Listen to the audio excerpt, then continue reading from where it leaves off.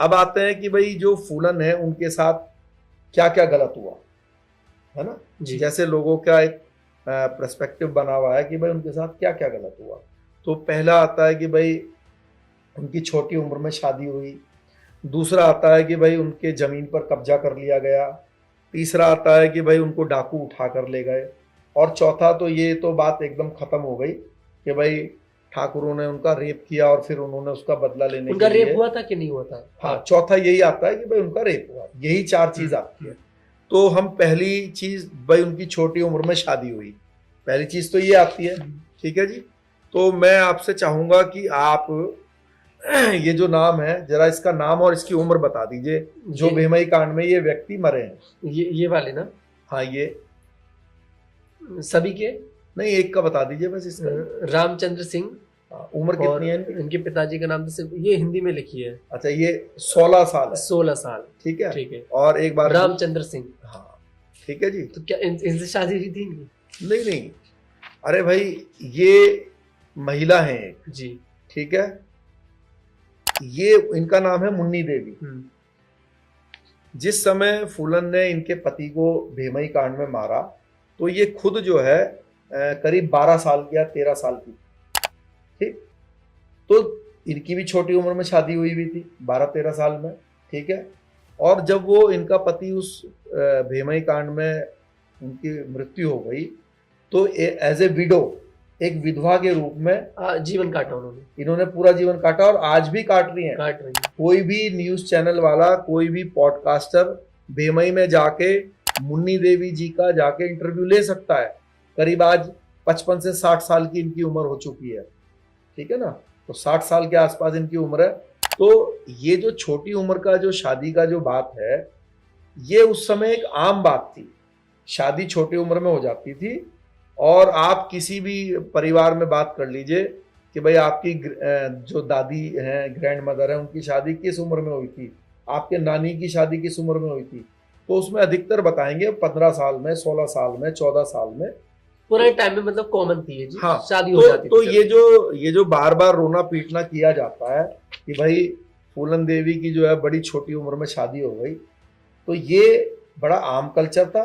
और शादी करने के जिम्मेदार कौन है? शादी करने के जिम्मेदार कौन है? बताओ, किसने की उनकी शादी? उनके माता पिता ने करा। ठीक है। तो उसके लिए आप किसी दूसरे व्यक्ति को तो दोषी नहीं दे सकते, दोष नहीं दे सकते। दूसरा, आप बताते हो भाई उनकी जमीन पर कब्जा हो गया जिसके कारण वो डाकू गिरोह में गई। तो जमीन का डिस्प्यूट उनका किससे था? जमीन का उनका डिस्प्यूट था उनके सगे चाचा के बच्चों के साथ। उनकी फैमिली डिस्प्यूट था जमीन का। मैयादीन जो उनका चाचा का लड़का था, मैयादीन ने ही उसके खिलाफ पहली बार एफआईआर दर्ज कराई। तो पहली एफआईआर फूलन देवी के ऊपर जो दर्ज हुई है वो किसने कराई? वो मैयादीन ने कराई, जो उनके सगे चाचा का लड़का है, उनका कजन भाई है। तो इसमें ठाकुर कहां से आ गए? तीसरी बात बोलते हैं कि डाकू उनको उठा कर ले गए। तो डाकू जो है वो कौन डाकू है? वो है विक्रम मल्ला। विक्रम मल्ला कौन है? वो उनका सगा रिलेटिव है। वो उनको घर से आके, और वो पहले भी उनके घर उनका आना जाना था क्योंकि वो उनके सगे रिश्तेदार थे। तो विक्रम मल्ला जो है उनको डाकू में लेकर गए। तो अब तो उनकी जब वो डाकुओं के साथ चली गई तो डाकू वाला जीवन शुरू हो गया ना। इससे पहले तो ना उनका कभी किसी ठाकुर मर्जी से गई थी वो अपनी?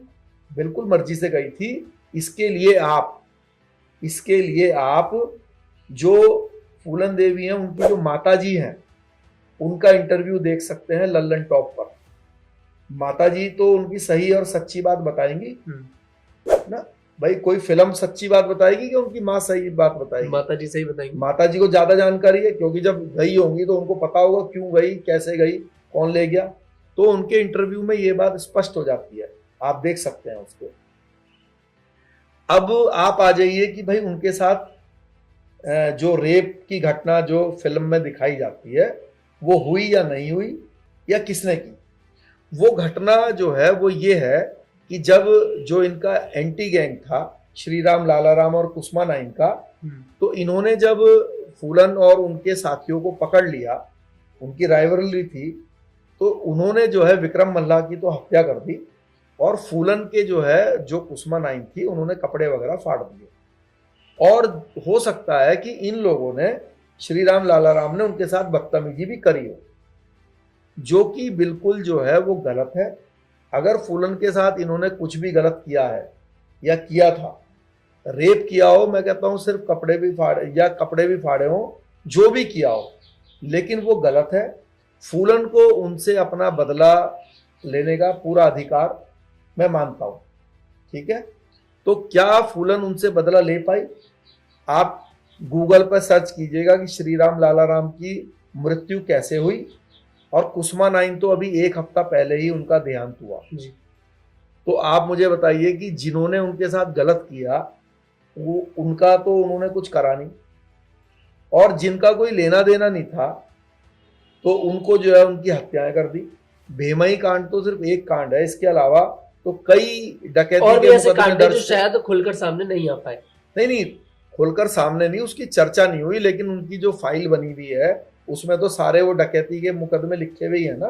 तो किसी में जो है 10 लोग मरे, मतलब 2 लोग मरे हुए हैं, किसी में 3 लोग मरे हुए हैं, किसी में 1 लोग मरा हुआ है। तो हर चलिए। कांड में 1-1, 2-2 लोगों की हत्या हुई भी है। जी।